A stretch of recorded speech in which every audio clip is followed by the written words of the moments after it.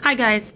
I figured that I would tune in with you later tonight, hopefully. Fingers crossed, all kind of prayers going up. Hopefully, I get to chat with you guys live tonight on my channel. I'm going to talk about families. I'm going to talk about psychopaths within the family. I'm also going to be talking about narcissism and sociopathy in families as well.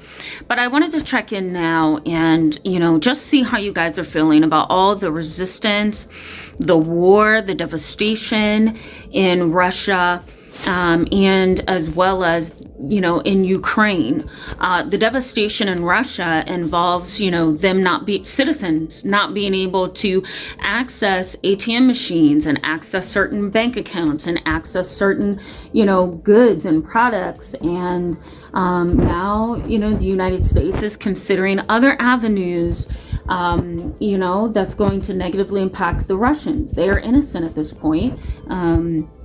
And then even in Ukraine, like, the devastation is insane. It is unbelievable. And it's so hard for me to wrap my mind around. I have coworkers, I have friends who live in Ukraine. And this is the most disgusting, devastating attack on humanity that I've ever seen. And I can hardly wrap my mind around it. I am really burdened by this. And I'm not the kind of therapist that puts this kind of stuff out on social media, to stir up any kind of tension or political tension or anything like that. And as a matter of fact, I'm a pretty laid back person, right? I don't get, if you know me on my channel, I don't get really emotional about most things. I'm pretty level headed. But in this particular situation, I'm devastated. I'm burdened. I'm concerned.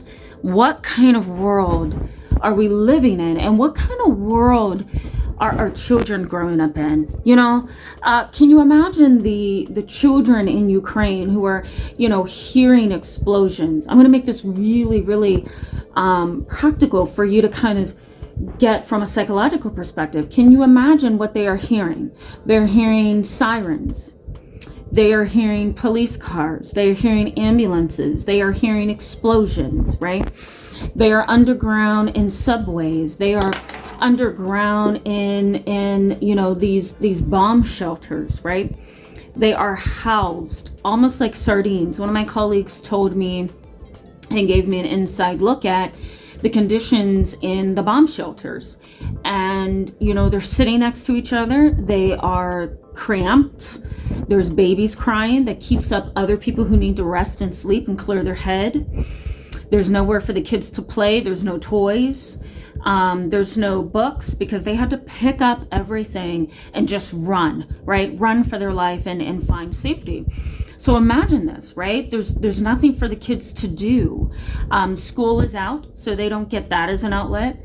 And there's no safety in school. So, their normal everyday activities are disrupted. The parents can't go to work because they have to stay in the shelter with their children. They are housed in those shelters, those bomb shelters, those subways with sociopaths, narcissists, and potentially criminals, right? Because, we don't know who the next person sitting next to us is, right? Do they have a jail record? Do they have a mental health record? And most likely they are dealing with people who are psychiatrically unstable. Like, wrap your mind around that. Try to wrap your mind around that devastating reality that there you are in a bomb shelter, in a subway, in an underground place, trying to find safety from the war, the storm, right? It's like a tornado. Your life has been completely destroyed, uprooted, right? It's now a disorganized existence, and day-to-day life is probably being burdened by the question of, are we going to live? Imagine if that were you. It's devastating, and it burdens me. It breaks my heart that they are there. And I do not see a way out of this unless, and I don't want to say this, but unless another country who is a powerful country gets involved. And I'm mighty afraid that at some point it's going to be the UK or it's going to be us. It's devastating. These people are not going to get out of this without getting a diagnosis of post-traumatic stress disorder, chronic or acute stress adjustment disorder.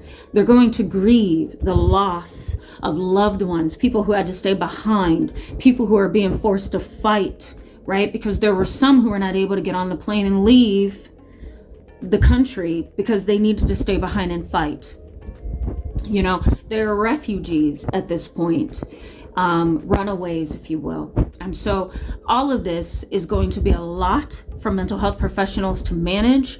Those of us, such as myself, who have international clients, international consultations, where I have people in Ukraine that I've talked to, in Russia that I've talked to, the UK, you know, they're going to need ongoing treatment.